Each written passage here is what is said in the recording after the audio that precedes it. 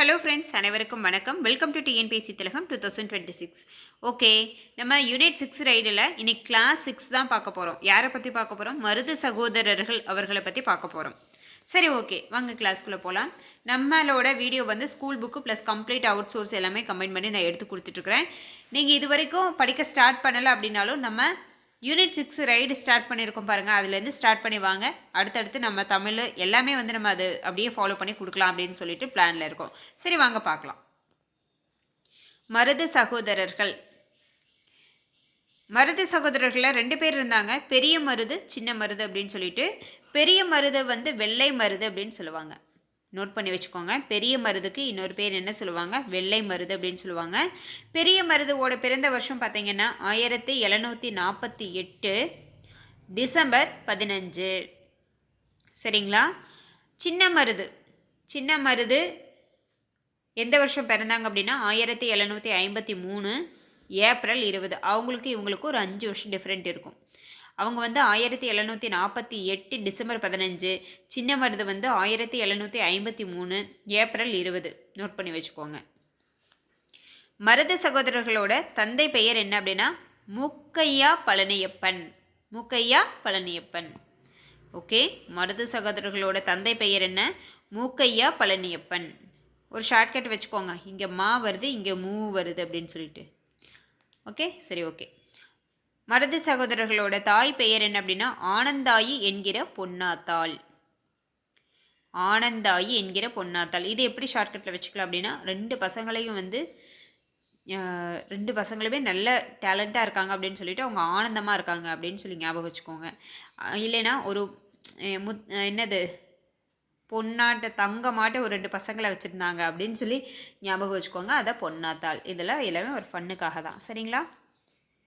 Okay, இதெல்லாம் ஷார்ட்கட்டில் ஞாபகம் வச்சுக்கிறதுக்காகத்தான்.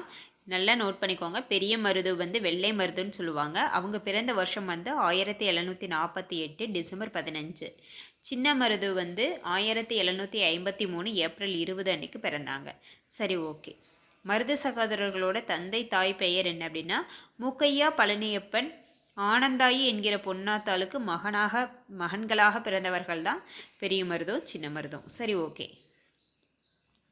சரி, சொந்த ஊர் எது? மருது சகோதரர்களோட சொந்த ஊர் எது அப்படின்னா மருது சகோதரர்கள் வந்து அருப்புக்கோட்டை நரிக்குடி கிராமம், விருதுநகர் டிஸ்ட்ரிக்ட்.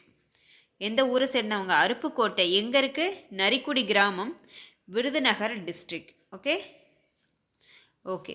மருது சகோதரர்களுடைய சொந்த ஊர் எது அப்படின்னு பார்த்தீங்கன்னா அருப்புக்கோட்டை நரிக்குடி கிராமம், விருதுநகர் டிஸ்ட்ரிக்ட். ஓகே, சரி, பார்க்கலாம். அடுத்தது பாருங்கள்.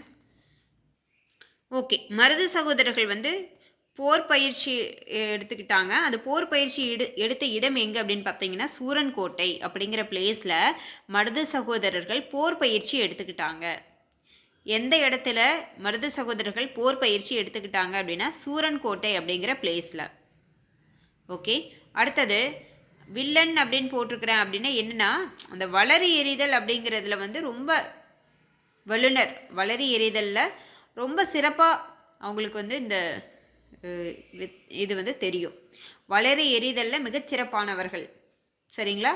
அவங்கக்கிட்ட இருக்கிற ஒரு சிறப்பு என்ன அப்படின்னா வளரி எறிதலில் அவங்க ரொம்ப ஒரு பெஸ்ட் பர்சன்ஸ் அப்படின்னு சொல்லலாம். சரிங்களா? இது எல்லாமே ரொம்ப முக்கியமான பாயிண்ட்ஸுங்க. ஓகேங்க, சரிங்களா? பெரிய மருது வந்து வெள்ளை மருதுன்னு சொல்லுவாங்க. அவங்க பிறந்த வருஷம் 1748 டிசம்பர் 15. சின்ன மருது வந்து 1753 ஏப்ரல் 20 அன்னைக்கு பிறந்தாங்க. மருது சகோதரர்களோட பெற்றோர்கள் பெயர் வந்து மூக்கையா பழனியப்பன், ஆனந்தாயி என்கிற பொன்னாத்தாள். சரி, ஓகே. அவங்களுடைய சொந்த ஊர் வந்து அருப்புக்கோட்டை நரிக்குடி கிராமம், விருதுநகர் டிஸ்ட்ரிக்ட். சரி, ஓகே. அவங்க வந்து போர் பயிற்சி எங்கே எடுத்துக்கிட்டாங்க அப்படின்னா ரொம்ப முக்கியமானது சூரன்கோட்டை அப்படிங்கிற இடத்துல அவங்க போர் பயிற்சி எடுத்துக்கிட்டாங்க. அதுக்கப்புறம் அவங்கக்கிட்ட இருக்கிற சிறப்பு என்ன அப்படின்னா வளரி எறிதலில் வல்லுநர்களாக இருந்திருக்காங்க. சரி, ஓகே. அவங்களுடைய பணி என்ன அப்படின்னா ஃபஸ்ட்டு அவங்க வந்து ராமநாதபுரம் மன்னர் விஜயரகுநாத சேதுபதி கிட்ட தான் வேலை பார்த்துட்டு இருந்திருக்காங்க. நமக்கு தெரிஞ்ச வரைக்கும் எப்படி தெரியும் அப்படின்னா நம்ம வேலுநாச்சியாரோட ஹஸ்பண்ட் முத்துவடுகநாதர்கிட்ட தான் தளபதிகளாக இருந்தாங்கன்னு தான் நமக்கு தெரிஞ்சிருக்கும் இது வரைக்கும். அதுக்கு முன்னாடி அவங்க ராமநாதபுரம் மன்னர் விஜய ரகுநாத சேதுபதி அப்படிங்கிற ராமநாதபுரம் மன்னர்கிட்ட தான் வந்து அவங்க பணியாற்றிக்கிட்டு இருந்திருக்காங்க. அவங்க தான் வந்து இவங்களுக்கு மருது பாண்டியர்கள் அப்படின்னு சொல்லிட்டு அந்த ராமநாதபுரம் மன்னர் விஜய ரகுநாத சேதுபதி தான் இந்த மருது சகோதரர்களுக்கு இந்த அதாவது என்ன சொல்ல பெரிய மருதுக்கும் சின்ன மருதுக்கும் சேர்த்து மருது பாண்டியர்கள் அப்படின்னு சொல்லிட்டு பெயர் வச்சவங்க. ரொம்ப முக்கியமானது, நோட் பண்ணிக்கோங்க. பெரிய மருதும் சின்ன மருதும் ராமநாதபுரம் மன்னர் விஜய ரகுநாத சேதுபதி கிட்ட தான் பணியாற்றிக்கிட்டு இருந்திருக்காங்க.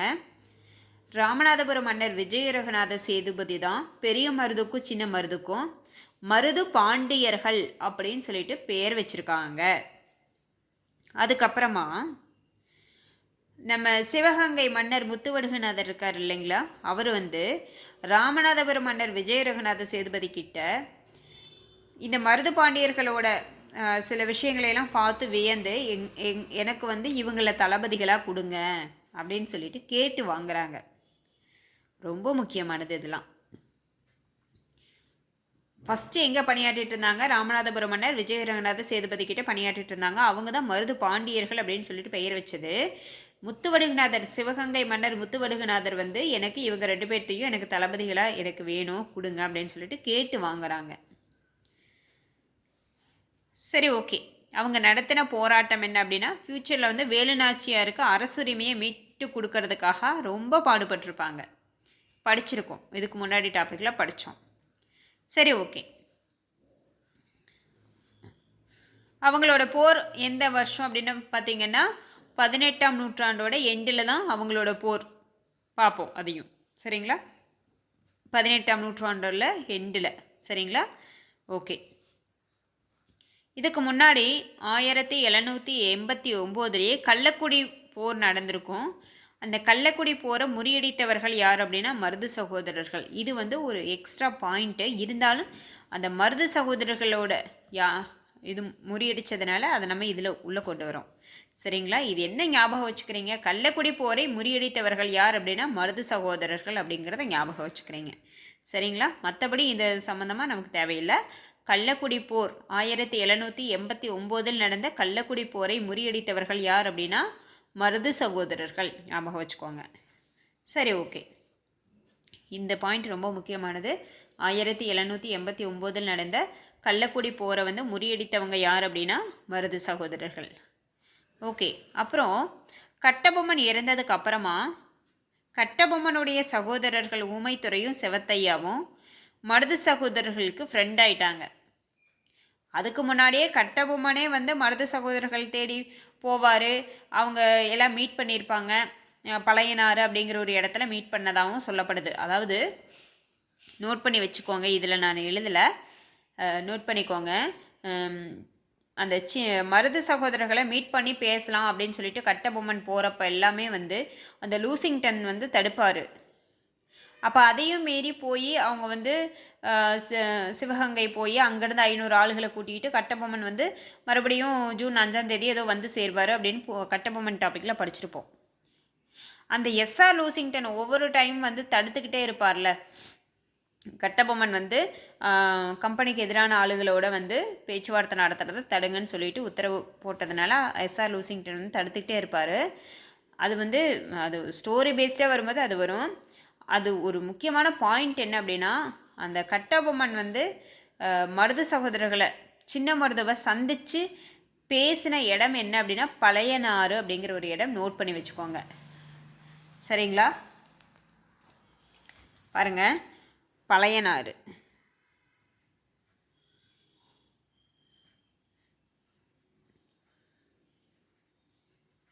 பழையனாறு கேமராவில் பார்த்து எழுதுறதுனால அங்கே என்ன எழுதுறேன்னு தெரிய மாட்டேங்குது. சரி, ஓகே. பழையனாறு அப்படிங்கிற இடத்துல தான் கட்டபொம்மனும் சின்ன மருதுவும் சந்தித்து பேசிக்குவாங்க. சரிங்களா, நோட் பண்ணி வச்சுக்கோங்க இந்த பாயிண்ட்டு. ஓகே. அடுத்தது வந்து பார்த்தீங்கன்னா கட்டபொம்மன் அப்போவே அதுக்கப்புறமா கட்டபொம்மன் இருந்ததுக்கப்புறமா பார்த்தீங்கன்னா ஊமைத்துறையும் சிவத்தையாவும் மருது சகோதரர்கள்கிட்ட நல்ல ஃப்ரெண்ட்ஸ் ஆயிடுறாங்க. வேறு வழியே இல்லை, அவங்களுக்கு சப்போர்ட் இவங்க தான். அப்போ நவாப் அவங்க எல்லாம் சேர்ந்து என்ன பண்ணாங்க தெரியுமா? ஊமைத்துறை, சிவத்தையா, மருது சகோதரர்கள் எல்லாருமே சேர்ந்து நவாபுக்கு, ஆற்காடு நவாப் முகமது அலி இருக்கார் பாருங்க, ஆற்காடு நவாபுக்கு சொந்தமான களஞ்சியங்களை கொள்ளையடித்து அவங்க வந்து ஒரு இதெல்லாம் பண்ணியிருக்காங்க, கொள்ளையடிச்சிக்கிறது, அப்புறம் கொரில்லா போர் முறையை கையாண்டு அவங்களோட போர் புரியிறது, அந்த மாதிரி வேலைகள்லாம் பண்ணியிருக்காங்க. ஊமைத்துறை, சிவத்தையா, மருது சகோதரர்கள் எல்லாம் சேர்ந்து ஆற்காடு நவாபுக்கு சொந்தமான களஞ்சியங்களை கொள்ளையடிக்கிறது, அப்புறம் கொரில்லா போர் முறை யூஸ் பண்ணி அவங்கள அட்டாக் பண்ணுறது, இந்த மாதிரி வேலைகள்லாம் பண்ணிகிட்டு இருந்திருக்காங்க. ஓகே, இந்த பழையனாறு நோட் பண்ணி வச்சுக்கோங்க. கட்டபொம்மனும் சின்ன மருதுவும் சந்தித்து பேசிய இடம் பழையனாறு அப்படின்னு நோட் பண்ணி வச்சுக்கோங்க. சரிங்களா? ஓகே, அடுத்த பேஜ் பார்க்கலாம். இப்போது இது ஒரு எக்ஸ்ட்ரா இன்ஃபர்மேஷன் என்ன அப்படின்னா, இந்த கட்டபொம்மனோட கழகம் ஸ்டார்ட் பண்ணியிருப்பார் பாருங்க 1799 அந்த டைமில். சரிங்களா? 1799 அந்த டைமில் என்ன நடந்திருக்கும், இது ஒரு விஷயம் தெரிஞ்சுக்கோங்க. ஆற்காடு நவாப் முகமது அலி இருக்கார்ல, ஆற்காடு நவாப் முகமது அலி வந்து ராமநாதபுரம் மன்னர் முத்துராமலிங்க தேவரை சிறையிலிருந்து விடுவித்து ராமநாதபுரம் சேதுபதியாக முடிசூட்டலாம் அப்படின்னு சொல்லிட்டு பிளான் பண்ணுவாங்க. ஆனால் கிளர்ச்சியாளர்கள் என்ன பண்ணிடுவாங்க, அதுக்குள்ளே வேகமாக முத்துக்கருப்பு தேவரை ஆட்சியாளராக அறிவிச்சிருவாங்க. அந்த கிளர்ச்சி டைமில் என்ன நடந்துச்சுன்னு தெரிஞ்சுக்கோங்க. ஆற்காடு நவாப் முகமது அலி வந்து ராமநாதபுரம் மன்னர் முத்துராமலிங்க தேவரை சிறையிலிருந்து விடுவிச்சு ராமநாதபுரம் சேதுபதியாக முடிசூட்டணும் அப்படின்னு சொல்லிட்டு பிளான் பண்ணுவார். அதுக்குள்ளே வந்து கிளர்ச்சியாளர்கள் வந்து முத்துக்கருப்பு தேவரை ஆட்சியாளராக அறிவிச்சிருவாங்க. இது ஒரு விஷயம் தெரிஞ்சுக்குவாங்க. அப்புறம் என்ன ஆயிரும், 1799 கட்டபொம்மன் ஒடுக்கம் நடந்துருமா? கட்டபொம்மனோட இது வந்து முடிவுக்கு வந்துடும். 1800 மீண்டும் கழகம், அதுதான் வந்து இந்த மருது சகோதரர்கள் கழகம் சொல்லலாம்.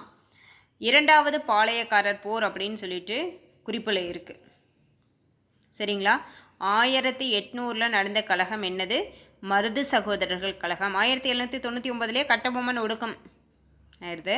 அப்போ வந்து 1800 மருது சகோதரர்கள் கழகம், அது வந்து இரண்டாவது பாளையக்காரர் போர் அப்படின்னு குறிப்பில் இருக்குது. ரொம்ப ரொம்ப ரொம்ப ரொம்ப முக்கியமானது, நோட் பண்ணுவீங்க. 1800 மருது சகோதரர்கள் கழகம் என்னவா குறிப்பில் இருக்குது? மருது சகோதரர்கள் கழகம் வந்து இரண்டாவது பாளையக்காரர் போர் அப்படிங்கிற மாதிரி குறிப்பில் இருக்குது. சரி, ஓகே. அந்த இரண்டாவது பாளையக்காரர் போர், அந்த மருது சகோதரர்கள் கழகம், அந்த தென்னிந்திய புரட்சி, இதுக்கு யாரெல்லாம் எந்த ஏரியாவில் யார் தலைவர்கள் அப்படின்னா, சிவகங்கையில் மருது பாண்டியர், சிவகங்கையில் மருது பாண்டியர், திண்டுக்கல் கோபாலநாயக்கர், திண்டுக்கல் கோபாலநாயக்கர், மலபார் கேரளவர்மா, மைசூர் கிருஷ்ணப்பா மற்றும் தூண்டாஜி. சரிங்களா? ஓகே. அப்புறம் என்ன நடக்குது அப்படின்னு பார்த்தீங்கன்னா, இப்போது அந்த 1800 ஏப்ரல் மாதம், நல்லா நோட் பண்ணிக்கோங்க, 1800 ஏப்ரல் மாதம் எல்லாருமே சேர்ந்து விருப்பாட்சியில் ஒரு மீட்டிங், ஒரு சந்திப்பு நிகழ்த்துறாங்க. சரிங்களா? இதை வந்து ஆங்கிலேயர்கள் என்ன சொல்லுவாங்க அப்படின்னா, சதி ஆலோசனை கூட்டம் நடைபெற்ற இடம் விருப்பாட்சி அப்படின்னு சொல்லிட்டு அவங்க குறிப்பில் இருந்துச்சான். அதையும் நோட் பண்ணி வச்சுக்கோங்க. சரிங்களா?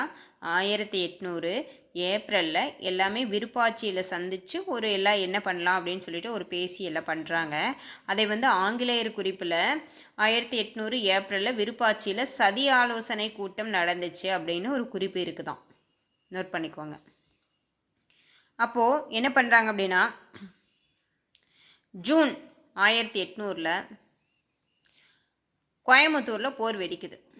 ஜூன் 1800 கோயம்புத்தூரில் போர் ஸ்டார்ட் ஆகுது.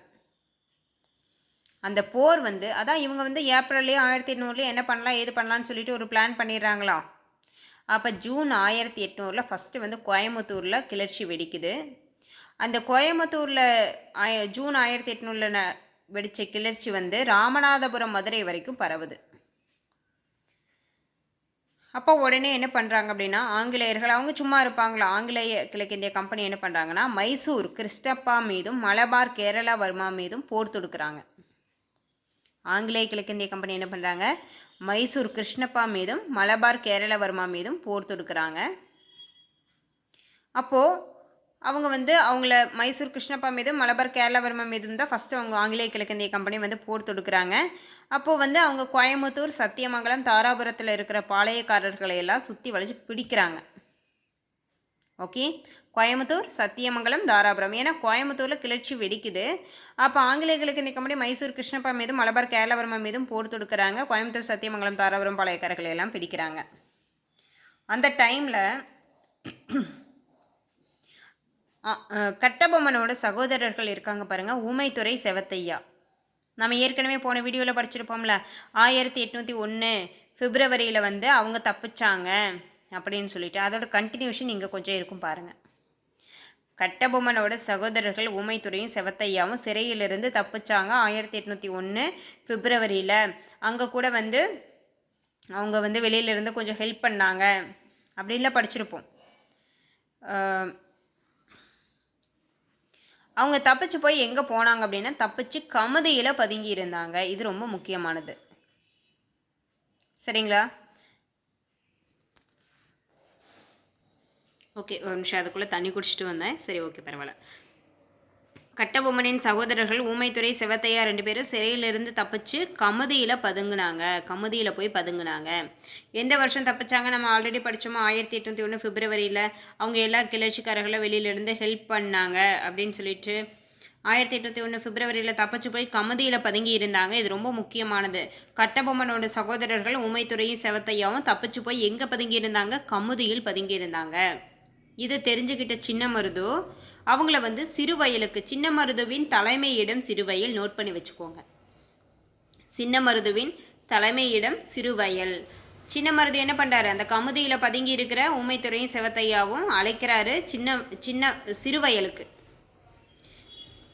சின்னமருதுவின் தலைமையிடம் சிறுவயலுக்கு கமுதியில் பதுங்கி இருந்த ஊமைத்துறையும் செவத்தையாவும் அழைப்பு. சரிங்களா? அப்போது என்ன பண்ணுறாங்க? சின்னமருது வந்து சிறுவயலை கூட்டிகிட்டு போய் வச்சுக்கிறாரு ஊமைத்துறையும் செவத்தையாவும். அங்கே கூட்டி போய் கம்மன் வச்சுக்கிறாரா அப்படின்னா கிடையாது. பாஞ்சாலங்குறிச்சி கோட்டையை மீண்டும் புதுப்பிக்கப்படுது. ஏன்னா அவங்க எல்லாமே கோட்டையெல்லாம் சுக்குநூறாக நொறுக்கிட்டாங்களே. அப்போ மீண்டும் புதுப்பிப்பு நடந்துகிட்ருக்குது. அதுக்கு வந்து சிவகங்கையிலேருந்து மருது சகோதரர்கள் என்ன பண்ணுறாங்க?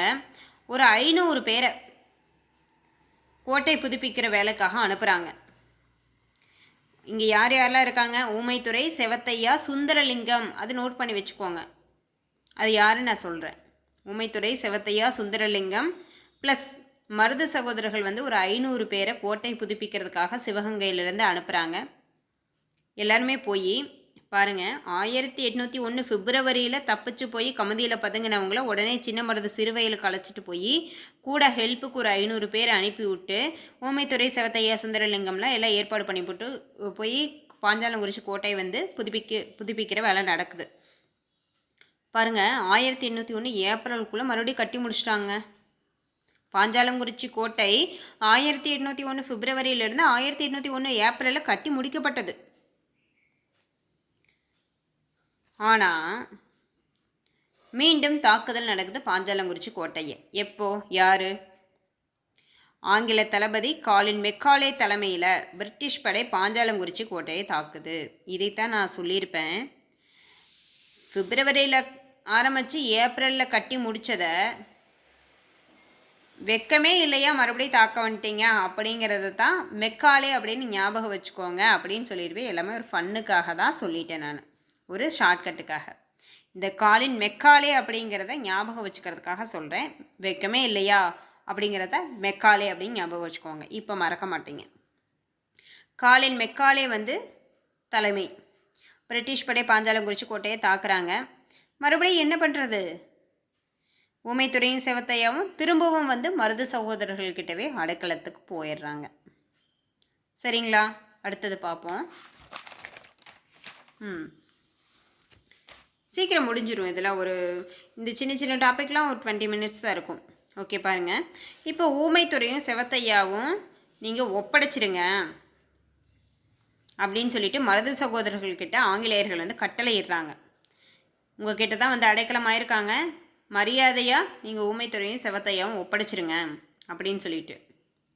அப்போ ஊமைத்துறையும் செவத்தையாவும் ஒப்படைக்க முடியாது. மருது சகோதரர்கள் என்ன சொல்கிறாங்க, என்னை நம்பி வந்தவங்கள, எங்களை நம்பி வந்தவங்கள நாங்கள் எந்த காரணத்துக்கு கொண்டும் கைவிட மாட்டோம், நாங்கள் அவங்கள உங்ககிட்ட ஒப்படைக்க முடியாது அப்படின்னு சொல்லி வீரவசனம் சொல்லிடுறாங்க. ஓகே, அப்போது அப்படியா ஒப்படைக்க முடியாதா, இதோ வருகிறோம் அப்படின்னு சொல்லிட்டு கர்னல் அக்னியும் கர்னல் இன்னஸு அப்படிங்கிற படை தளபதிகளோட சிவகங்கை நோக்கி ஒரு படை புறப்பட்டு போகுது அவங்கள தாக்கிறதுக்கு. சிவகங்கையில் இருந்துக்கிட்டு தான் மருது சகோதரர்கள் அவங்கள கூட்டிகிட்டு போய் வச்சுருக்காங்க. ஊமைத்துறையும் சிவத்தையாவும் சிவகங்கையில் தான் இருக்கிறாங்க. இவங்க நீங்கள் ஒப்படைச்சிடுங்க அப்படின்னு சொல்கிறாங்க. இல்லை ஒப்படைக்க முடியாது அப்படின்னு, நாங்கள் எங்களை நம்பி வந்தவங்கள நாங்கள் விட மாட்டோம் அப்படின்னு மருது சகோதரர்கள் சொன்னதுனால கர்னல் அக்னியு கர்னல் இன்னஸ் தலைமையிலான படை சிவகங்கை நோக்கி விரைகிறது. அந்த போகிற டைமில் பார்த்தீங்கன்னா இது ஒரு முக்கியமான இன்ஃபர்மேஷன். மே 1801 ஆங்கிலேயர்கள் தஞ்சாவூர் திருச்சி கலகக்காரர்களை அட்டாக் பண்ணுறாங்க. கலகக்காரர்கள் என்ன பண்ணுறாங்க, தப்பிச்சு பிரான்மலையிலையும் காளையார் கோவிலையும் போய் பதுங்குறாங்க. இது மே 1801 நடந்த விஷயம். இதில் ஒரு கோர்வையாக வச்சுக்கோங்க. 1801 பிப்ரவரியில் சின்ன மருதவ ஊமைத்துறையும் சிவத்தையாவும் சிறையிலேருந்து தப்பிக்கிறாங்களா. அவங்க தப்பிச்சு கமுதியில் போய் பதுங்குறாங்களா. சின்ன மருது சிறுவையில் களைச்சிட்டு போகிறாரு. திரும்ப மருது சகோதரர்கள் ஒரு 500 பேர்த்த அனுப்பிச்சி விட்டு கோட்டை மறுபடியும் 1801 ஏப்ரல்லையே கட்டி முடிச்சிடுறாங்க. 1801 ஏப்ரல்லையே மறுபடியும் அந்த மெக்காலே தலைமையிலான படை திரும்பவும் கோட்டையை சேதப்படுத்துகிறாங்க.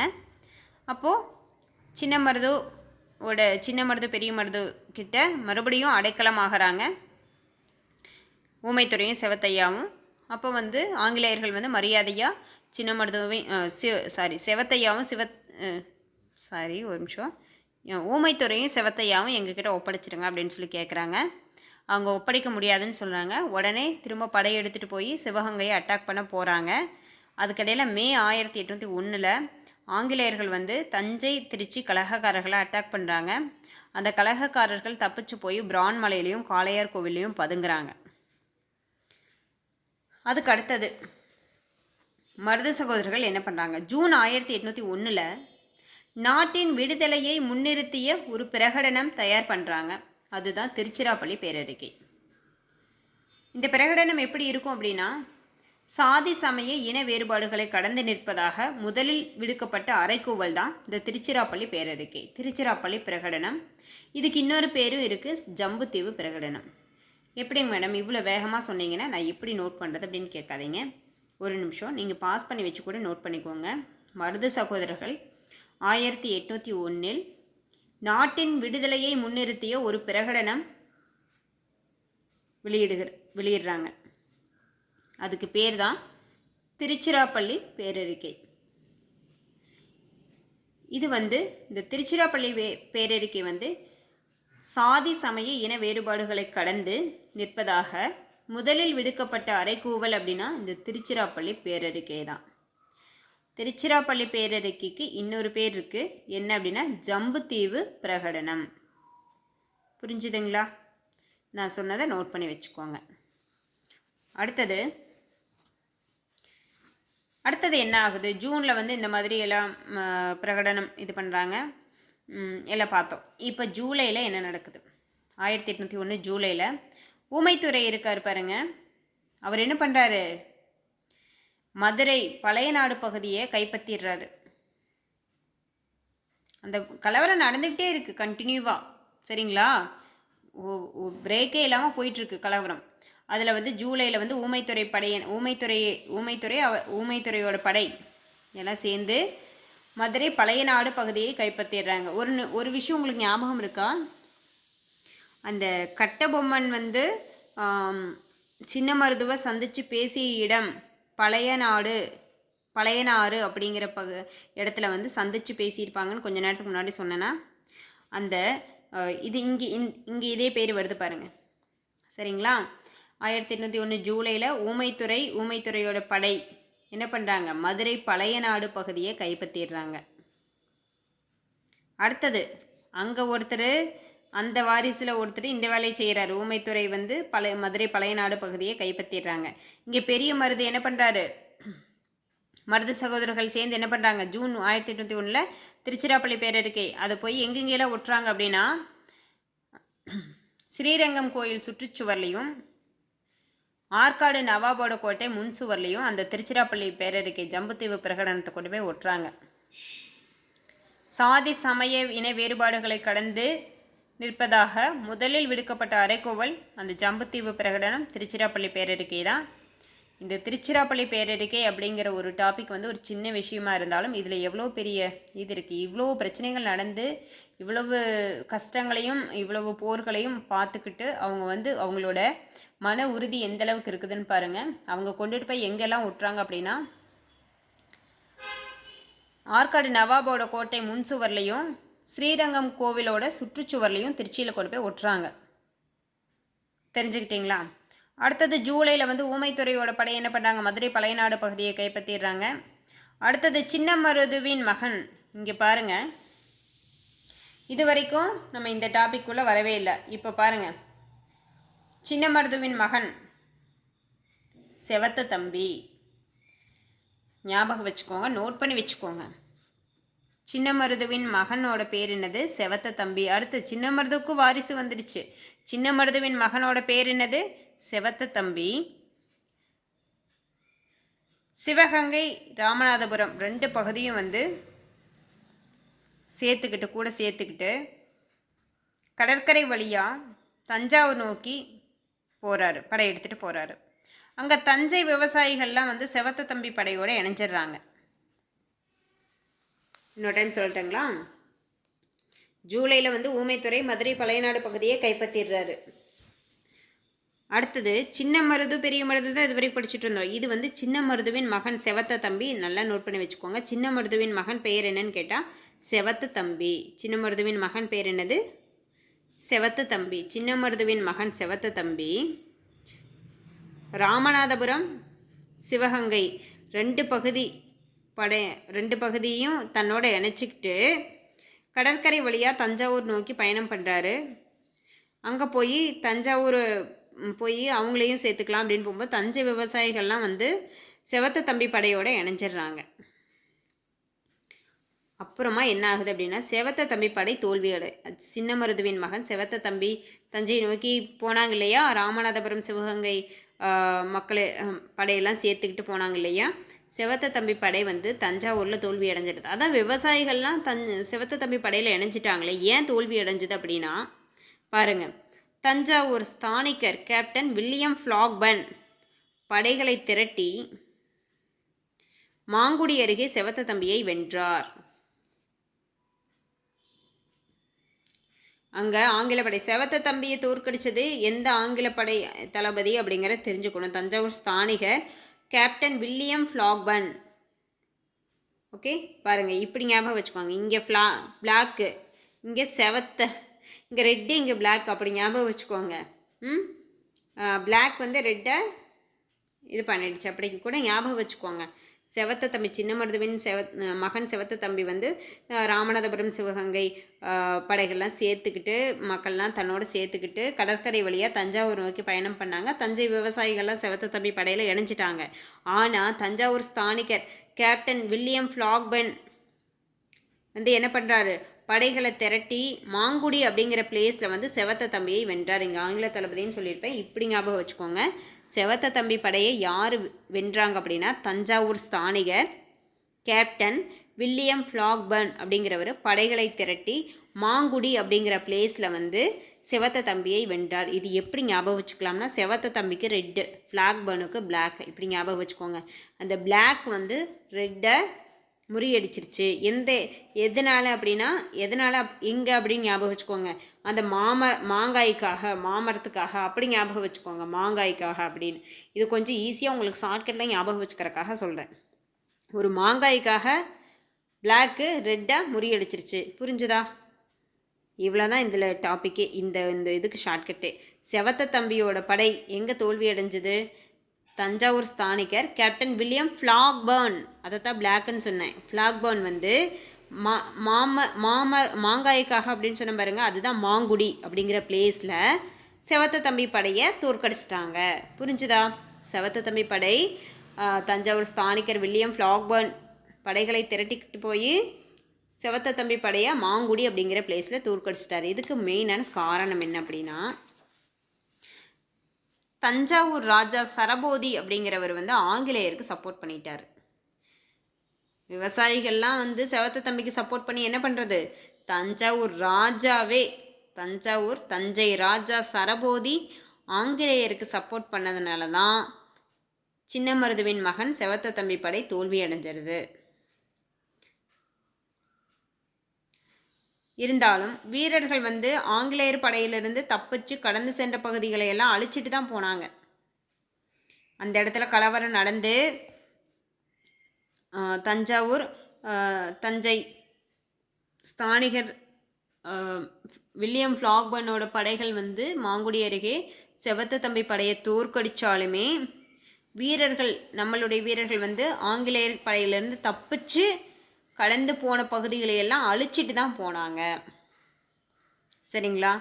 இவ்வளோதான் மருது சகோதரர்கள் பற்றின டாபிக். இவ்வளோதான். அடுத்தது பார்த்தீங்கன்னா திருச்சிராப்பள்ளி பேரறிக்கையை பற்றி என்னென்னு பார்த்துடலாம். அதுலேயும் மருது சகோதரர்கள் தான் வருவாங்க. அதை நான் உங்களுக்கு அடுத்த வீடியோவில் கூட கொடுக்குறேன். ஏன்னா கண்டினியூவாக 30 மினிட்ஸ்னால் டக்குன்னு நீங்கள் முடிச்சுட்டு அடுத்ததுக்கு போயிடுவீங்க தானே. அதுக்காக தான் திருச்சிராப்பள்ளி பேரறிக்கையை நான் நெக்ஸ்ட் வீடியோவில் கொடுக்குறேன். Thank you friends.